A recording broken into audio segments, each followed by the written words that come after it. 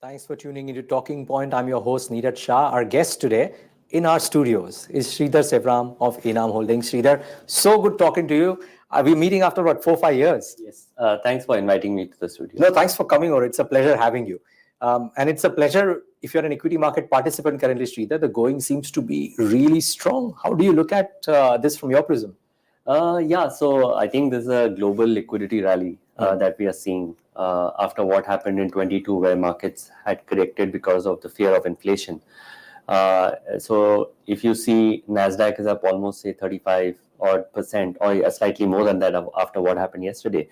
And even within emerging markets, if you see the larger markets like Korea, Taiwan are all up 20% plus.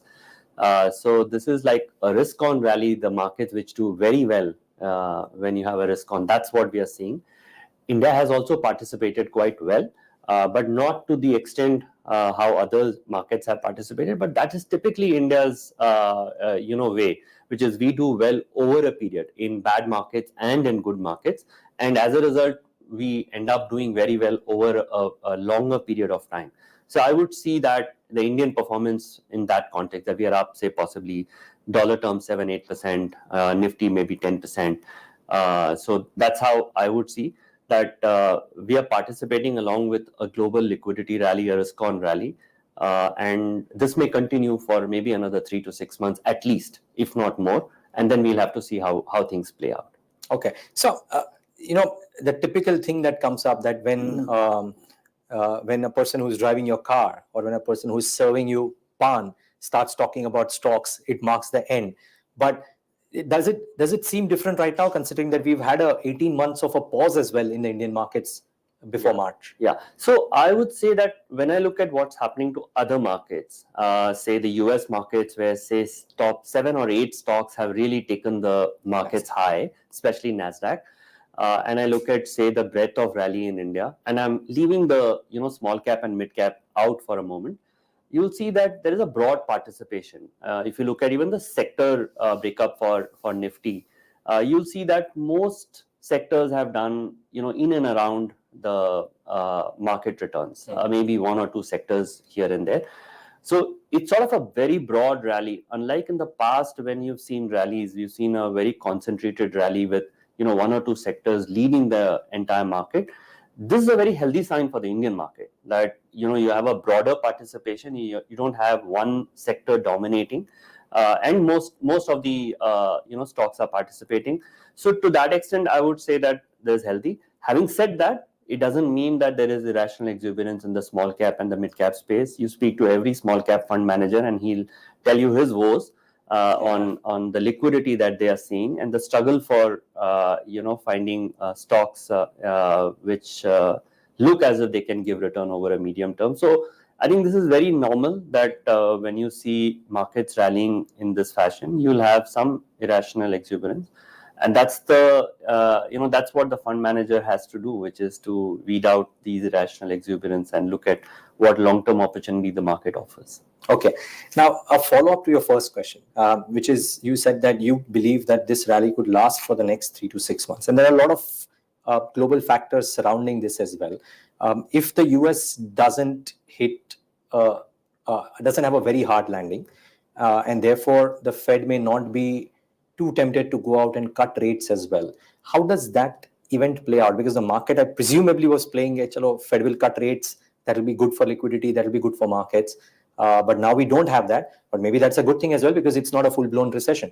So how does that? So I think the reason why I say another 3 to 6 months is that in an economy which has had almost zero interest rates for 12 to 15 years, you suddenly have a 500 basis points increase in interest rates.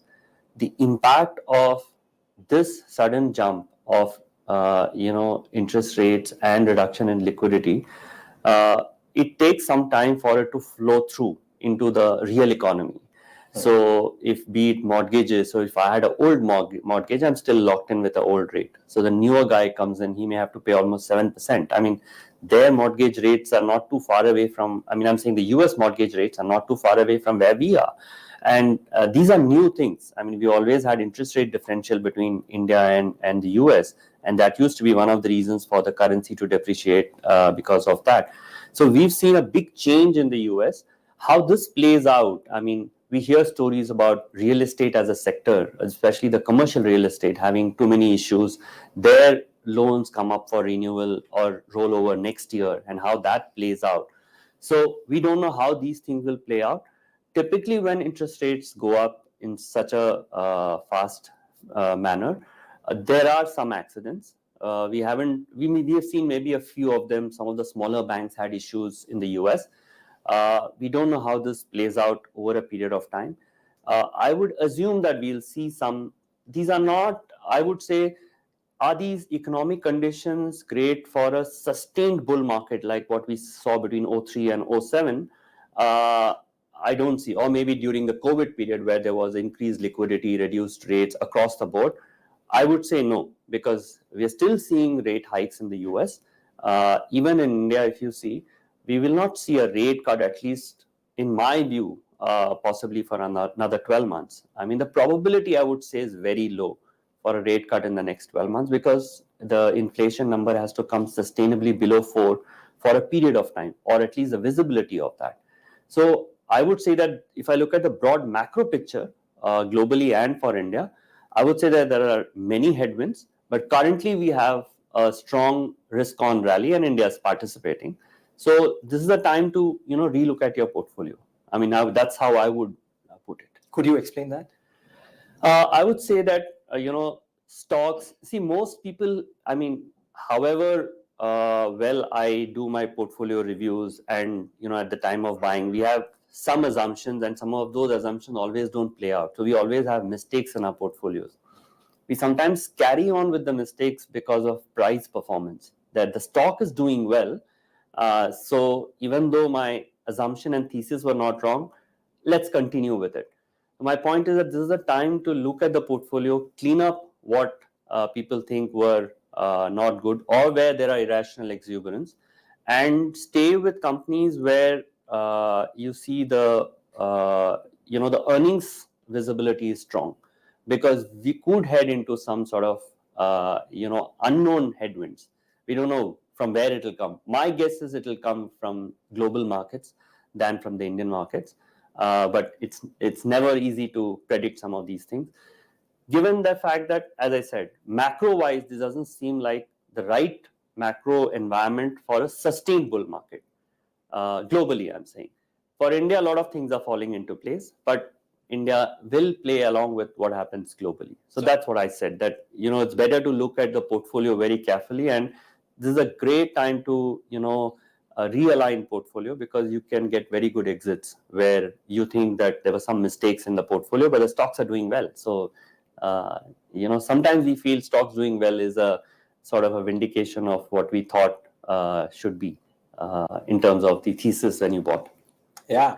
Okay. So I have questions of India and the world too, but since we've moved on to the portfolio, I would love to pick your brains there. Sure. So let's say in the last 1 odd months or 1.5 odd months, where is it that you felt that there were the hypothesis wasn't there, but the price movement was there, and therefore from those themes you've kind of made exits, whether partial or completely?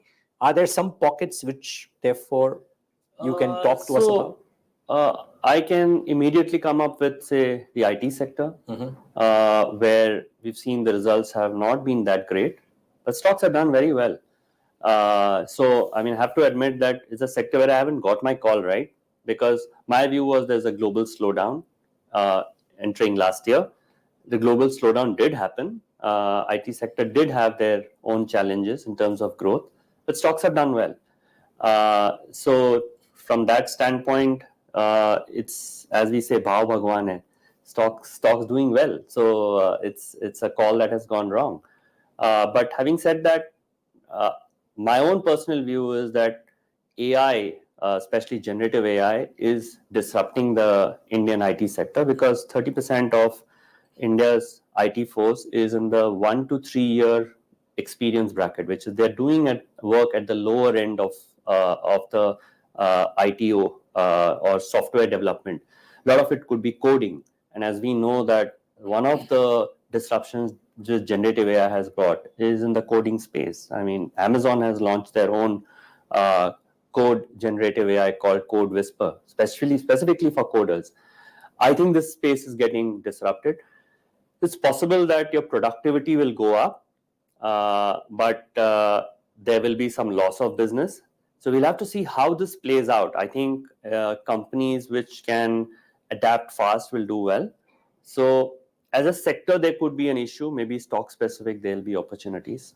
So that's how I would say that. Sure. Where results haven't been great, but stocks have done well. Could there be follow-on impacts or something like this? It's a large employment machine, Indian IT. If at the lowest end there are issues, and therefore employment might be an issue, are there follow-on impact, real estate, consumption, so on and so forth, or not? I would say it should have a follow-on impact because, as you said, it's a large sector. But is the disruption going to be that large right now?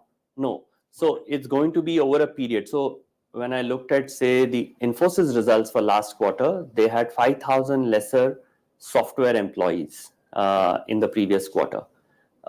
So it is telling me that they are letting go or not hiring people at that billing. So these are not people who are on the admin. So I'm looking at how many software engineers, and those are the billable employees. So obviously we are seeing a very small number of reduction.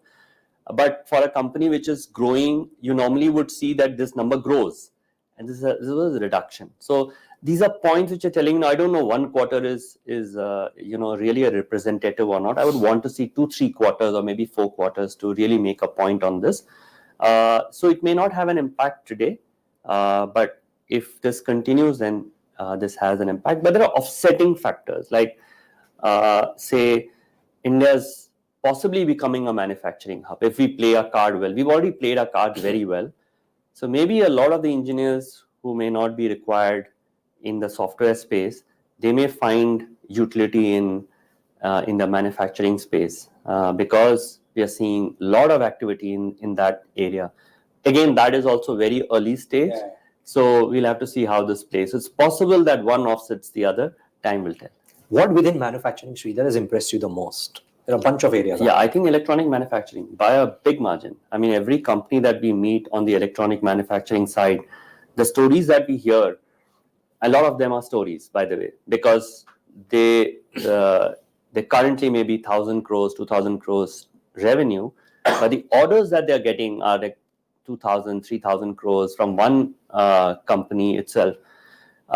We know from various people at the ground level that Apple itself has an ambition of $100 billion of exports in the next 2-3 years. They're not even 10 today, and most of it is in the unlisted space. So we happen to meet some of these companies in the unlisted space, and the feedback we got was that they're very serious, and they have like daily calls, follow-ups on whether they have hired people, acquiring land.